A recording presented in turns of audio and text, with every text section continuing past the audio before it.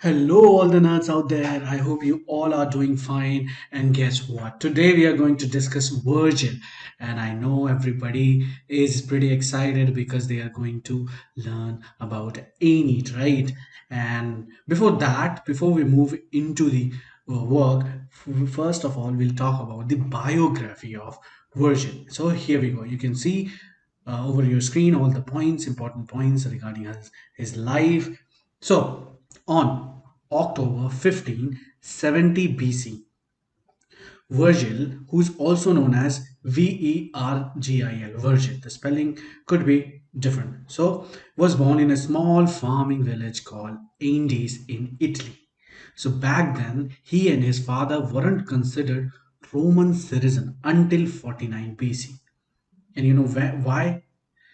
Because Julius Caesar decided to be nice and included people living north of Po River as citizens. But things got rough after Caesar got assassinated in 44 BC, and his adopted son Octavian took over and snatched a bunch of land from people, including Virgil and his dad. Right. So Virgil was influenced by this Greek poet named Theocritus and wrote his first big work called the Eclogue or Bucolics for short. So it was like a fancy poem using these Homeric hexameter lines, but instead of epic stuff, it talked about shepherds and countryside life. And people loved it when it came out in 39 to 38 BCE, and it caught the attention of Aeneas Polio, who introduced Virgil to Octavian. And Octavian thought Virgil was kind of cool and made sure he got a good education in Milan, Rome, and Naples. So, sticking with the whole countryside theme, Virgil spent like 7 years while writing his next big thing, which is Georgics. So, it was kind of super long poem, more than 2000 lines divided into four books. And it was inspired by this guy name, and we have already discussed, guess who is that? It is Hesiod, and he was kind of celebrated farm life. And Virgil wrote it because Maecenas, another art patron, asked him to. He first read it to Octavian in 29 BC, not long after Antonio and Cleopatra kind of crooked, right? And Octavian became kind of boss of all the Rome. So in the third book of Georgics, Virgil hinted at his next major work, and I guess you will be able to identify that work, right? Write in the chat box and comment quickly, guys, so I can see. So anyway, this next major work is the Aeneid, saying he would celebrate the fiery battle of Caesar. He spent the next few years working on this epic that became the national story of the Roman Empire, and he borrowed characters and stories from the old Homeric epics to tell the tale of Aeneas, and who is our hero from Troy, who became the ancestor of the Romans. But here's the thing, before Virgil finished the Aeneid, he dedicated to take a trip to Greece in 19 BC. While traveling, guess who he met? He met up with Octavian, who was now called Augustus, and convinced Virgil to come back to Italy with him. And on their way back from Athens to Corinth, Virgil got really sick with fever. And guess what? Unfortunately, he didn't recover and died on September 21, and they buried him near Naples. Before he died, Virgil, like supposedly, told his literary peeps to burn the unfinished work Aeneid, but Augustus said, "Nah, I'm gonna save it." So because he had the power and stuff, right? So turns out that the Aeneid became a famous book and was even used in Roman and medieval schools.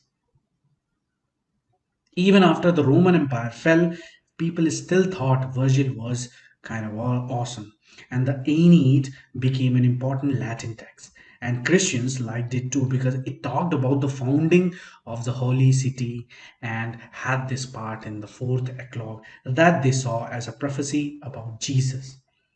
Many years later, Virgil's epic was a major inspiration for Dante Alighieri when he wrote, guess what, his masterpiece, The Divine Comedy, where Virgil acts as a guide through hell. So, beside his poetry, Virgil career path influenced lots of other poets. And guess who? They started with simple pastoral stuff like him and then moved on to bigger epic poems. And you can see this pattern in Spenser, Pope, Milton, Wordsworth, and many more. Right. So that was all about his biography. Let's move to his masterpiece, Aeneid. So here is a little bit introduction and then all the details here one by one, all the books one by one. So Aeneid, this is written by Virgil as we know way back in the day, like around 30 to 29 BC.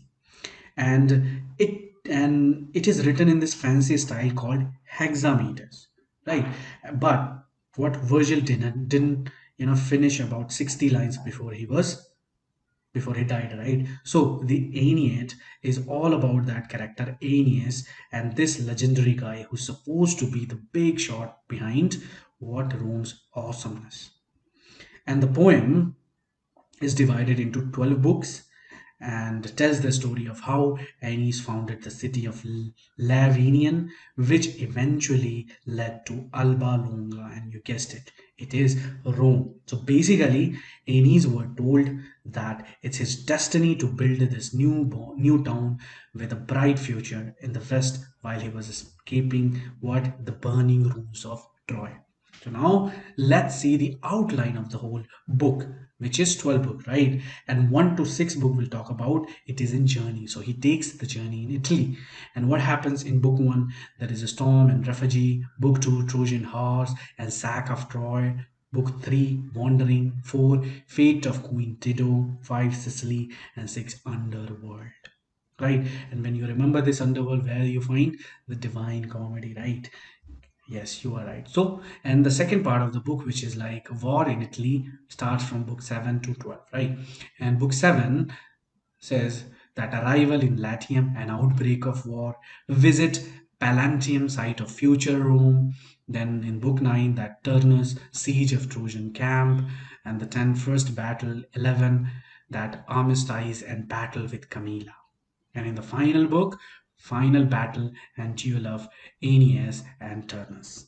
So, guys, that's the outline of this famous epic, right? And now you are a little bit excited. I know about what is going to happen. You are so excited to know the summary of the book, what is actually happening there. So, I have summarized that here. You can see over your screen that all the points are there in brief. So, all the summary you can get it in these 20 points. So, what I'm gonna do, as always, that I'm going to brief all of these. So the synopsis of this poem is like this guy, right? Aeneas and his crew, what they escaped from where? From Troy when those sneaky Greeks destroyed it.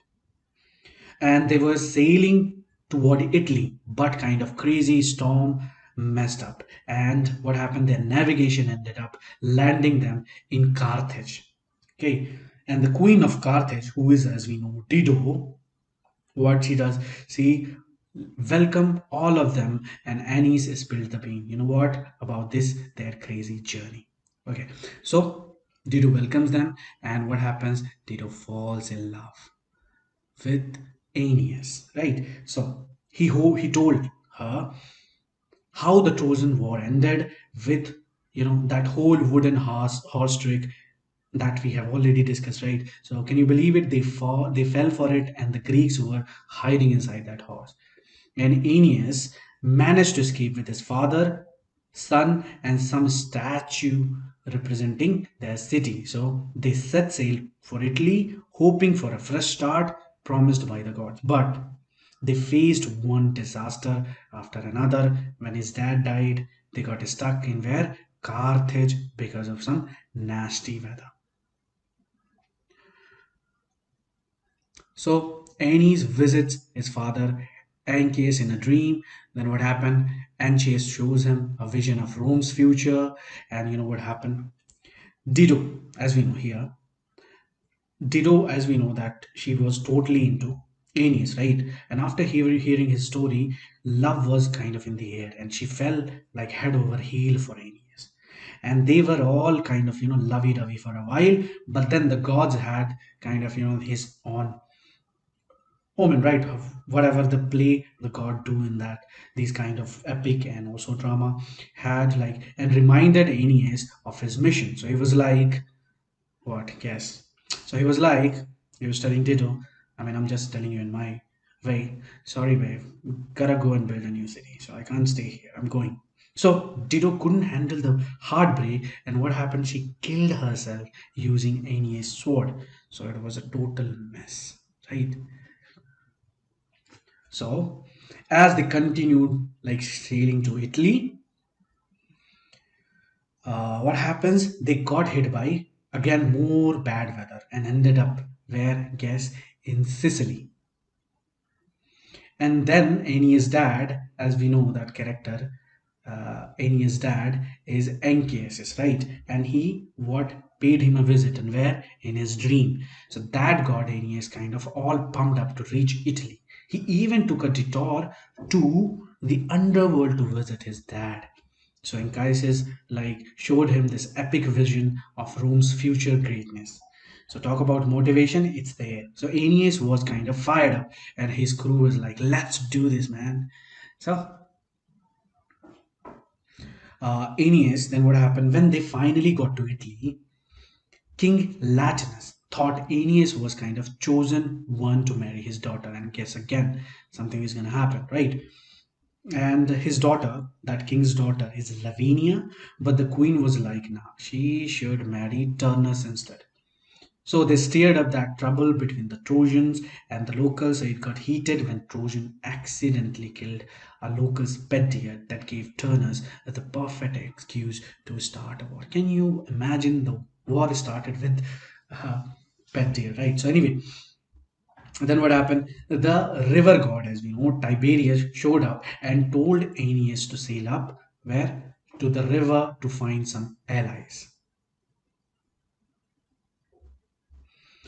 So then the river god Tiberius showed up and told Aeneas to sail up to Tiber River to find some, allies. And what happened? And Aeneas' mom, who's Venus, decided to hook him up with some cool weapons. And guess what? Aeneas went back to the battlefield and saw Turnus kill his ally's son, whose name was Pallas. That made Aeneas kind of crazy or super mad. So after some time, what happened is that they agreed to a break from fighting. So the old folk decided that Aeneas and Turnus should have a one-on-one fight to settle these things. But you know what happened? More fighting broke out during this duel, and Aeneas got wounded. But his crew was like, they were killing others. So Turnus ran to beg for mercy from Aeneas, but Aeneas was still furious about Pallas. So he took revenge and what? Killed Turnus. Right? So that's how it happens in a whole this poem, and everything, all the summary is all these points. So Trojan emerges victorious, enemy defeated, and what that Aeneas fulfills his destiny and establishes a new city called Rome. So that's all there in the summary, right? Quite short, right? And other works like Eclogue and Georgic that we'll talk about one by one. And that you see, this is Eclogue is a kind of pastoral poetry, as we know. So it is Virgil's earliest work, and which was composed around 42 to 37 BC. And as we know, it's a collection of 10 pastoral poems with idyllic setting. And we remember that it is influenced by who? Theocritus. And it has like escapist portrayal of an idealized pastoral world. So there what happens? Suffered singing of a simple joy and sorrow. So this poem conveys emotions through formalized pathos. There is also imaginary of landscapes of beauty and tranquility. And it has like delicate balance of nature and human experience. And it has not only that but also exquisite description of rural life and landscape. And as we can see, we can perfectly say that it is a classic example of Virgil's lyrical and poetic craftsmanship. Fine. Now we have that Georgics. So this is Virgil's poem on agriculture. and it was published in 29 BC, and it explores tension between nature and human labor. So themes, what themes it encompass, that the agriculture and political struggles, and Georgics, what it reflects the challenges and hardship of farming, right? And this work is kind of full tension, exploring various themes and serving multiple purpose while what delving into the intricacies of farming and rural life. So it's a kind of unique blend of practicality and poetic beauty, right? So that is all here about Virgils. I hope you like the class. And again, what, like the video, subscribe it if you haven't, and I'll see you in our next session where we'll talk about Horace, Ovid, and guess who? Dante. And another one, Boccaccio. Right. So all four we are going to discuss in our next session. So be there. Thank you so much. Bye bye. Have a good day and please subscribe the channel right now.